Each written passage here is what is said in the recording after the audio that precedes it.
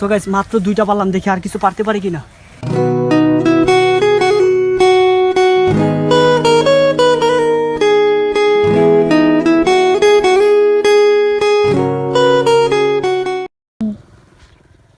Hello guys, তো এখন আমি ঝিনাইদহ আছি। তো যারা আমার ব্লগ দেখেন তারা হয়তো জানেন যে আমি ব্লগ ভিডিও করি।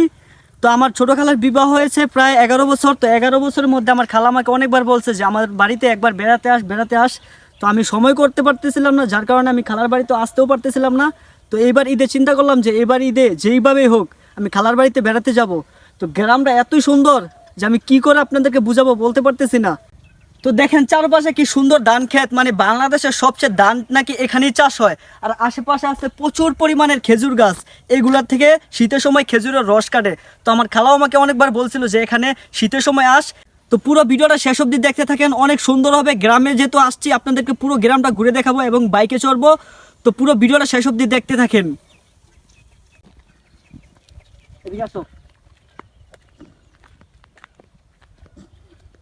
আসতে থাকো, এদিকে ঘুরাও, ভিডিওটা ঘুরাও।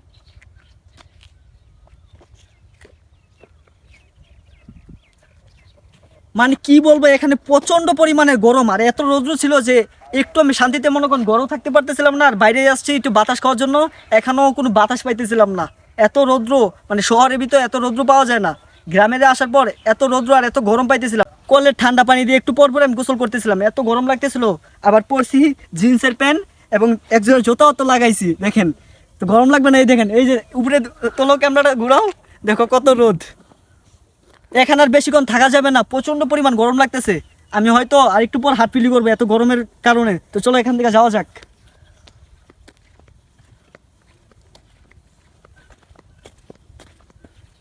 ঠিক মতন কথা বলতে পারতেছিলাম না। প্রথম ভেবেছিলাম যে ঝিনাইদহ কেমন না কেমন হবে, তারপর গিয়ে দেখিয়ে যে এত সুন্দর ছিল, মানে কি করে বুঝাবো সেটাই বুঝতে পারতেছিলাম না। এই যে আমরা এই জায়গায় দেখলাম চারদিকে শুধু ধান ক্ষেত আর ধান ক্ষেত, আর দুই সাইডে নারকেল গাছ। যেহেতু আমরা বাইক নিয়ে বের হয়েছিলাম, তো আমরা বাইক গেটের বাইরে রেখে আমরা ভিতরে কিছুক্ষণ ঘোরাঘুরি শুরু করলাম। ছাড়ে দেবা নাকি? হ্যাঁ, বলে ছাড়বা ইউটিউবে ফেসবুকে সব জায়গায়।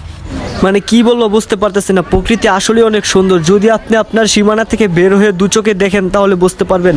যে ছেলেটা বাইক চালাচ্ছে ও হচ্ছে আমার ছোটবেলার বন্ধু। ওরা কুমিল্লা থেকে গিয়ে ঝিনাইদহ শহরে বাড়ি করেছে। যেহেতু আমি ঝিনাইদহ শহরে গেছি, তো ও শোনার পরেই আমাকে ওর বাইক নিয়ে পুরো শহরটাকে আমাকে ঘুরিয়ে দেখালো। গ্রামের এই দৃশ্যগুলো আমার কাছে খুবই ভালো লাগে, সবাই একসাথে কিভাবে সাইকেল চালাচ্ছে।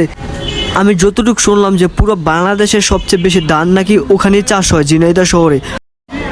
আপনার দু চোখ মিলে আপনি যতটুকু তাকাবেন সব দেখবেন শুধু ধান ক্ষেত আর ধান ক্ষেত, আর চারপাশে শুধু খেজুর গাছ। আর এইখানে আসার পর আরেকটা অদ্ভুত জিনিস আমার চোখে পড়লো যে এখানের মানুষরা নাকি এইভাবে ঘর নির্মাণ করে থাকে। ইভেন্ট আমার খালাও এই ধরনের ঘর তুলে রেখেছে। প্রথমে তারা এইভাবে ঘরগুলোকে তুলে তারপর আস্তে আস্তে এগুলাকে ভালো করে নির্মাণ করে।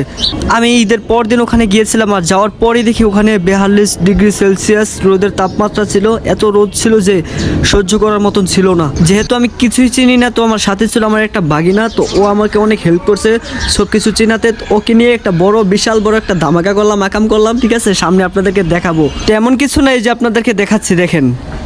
সো গাইস, গ্রামে আসছি আর চুরি করে আম খাবো না? আমের সিজনে এটা কখনো হয় নাকি? আমরা ছোটবেলা অনেক আম চুরি করে খাইছি। তো এখানে দেখেন কিছু আম গাছ আছে, ঠিক আছে, ছোট ছোট, এত বড় হয়নি। তো ছোট ছোটগুলোকে আজকে চুরি করে পারবো।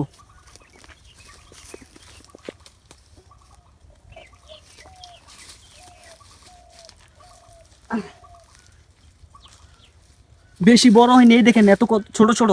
এগুলাকে খাইতে অনেক মজা লাগবে। চুরি জিনিস তো এমনি অনেক মজা লাগে।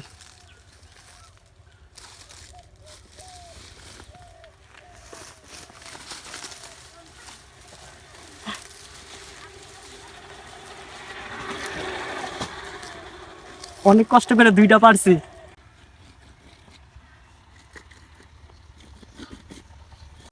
সো গাইস মাত্র দুইটা পারলাম, দেখি আর কিছু পারতে পারি কিনা। এদিকে ধরো ক্যামেরা, এদিকে ধরো।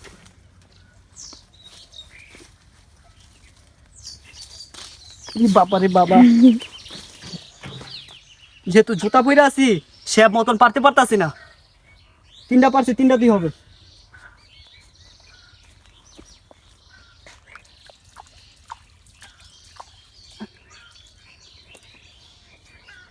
না, কেউ দেখলে আবার সমস্যা।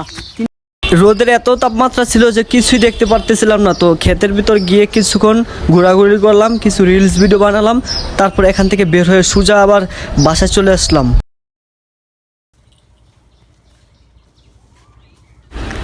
তারপর আমি খাওয়া দাওয়া করে বিকালে যখন রোদ কমলো তখন আমি বাইরে বের হলাম, আর বের হয়ে দেখি 100 বছরের একটা ঐতিহ্য আমার চোখের সামনে পড়লো, সেটা হলো গরুর গাড়ি। দেখে আমি ক্যামেরা বন্দি করে নিলাম, কারণ আমার ব্লগকে সুন্দর করার জন্য যা যা করার আমি সেটাই চেষ্টা করি।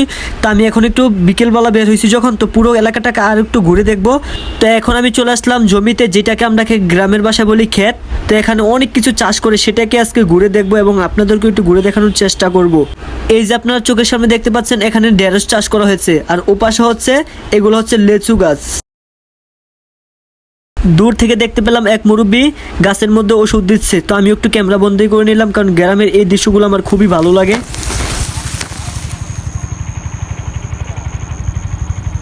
সবুজে শ্যামল দেশ, এটাই তো আমার প্রাণের বাংলাদেশ। মানে কি বলবো, আমি আমার দু চোখ দিয়ে যতটুক দিকে তাকাচ্ছিলাম ততই দেখি শুধু ধান ক্ষেত আর ধান ক্ষেত। এখানে প্রচণ্ড পরিমাণের ধান চাষ হয় এবং অন্যদিকে দেখি ওনারা ক্ষেতের মধ্যে পানি দিচ্ছে।